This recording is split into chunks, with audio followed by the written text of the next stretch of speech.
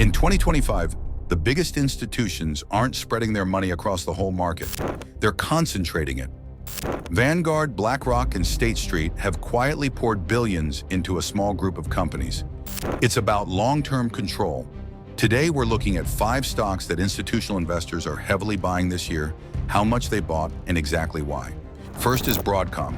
In 2025, Vanguard increased its position to over 95 million shares. BlackRock holds 75 million, together controlling nearly 40% of the float, worth over $180 billion. Institutions added $35 billion in 2025 alone.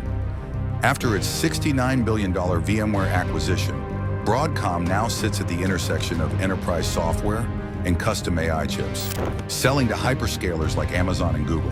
It's a core AI infrastructure play. Constellation Energy.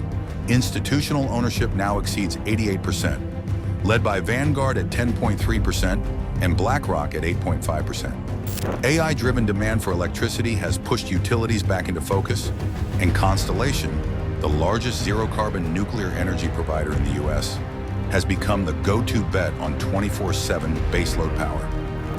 Taiwan Semiconductor. Vanguard and BlackRock now hold over 70 million ADRs, and Norges Bank recently added 2.5 million.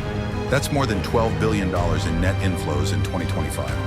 TSMC still manufactures over 90% of the world's most advanced chips. General Electric.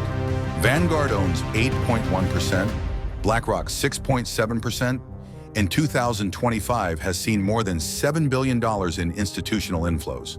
Defense spending, aviation recovery, and a record backlog have made GE a top pick for industrial exposure.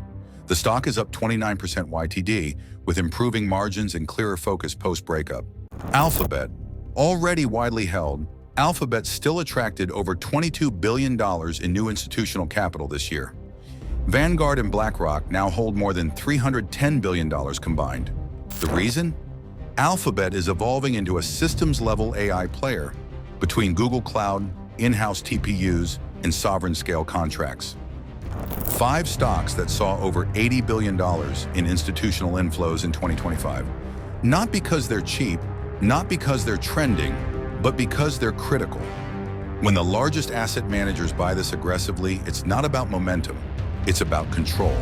And if you want to understand where the market's heading, don't follow headlines, follow the money.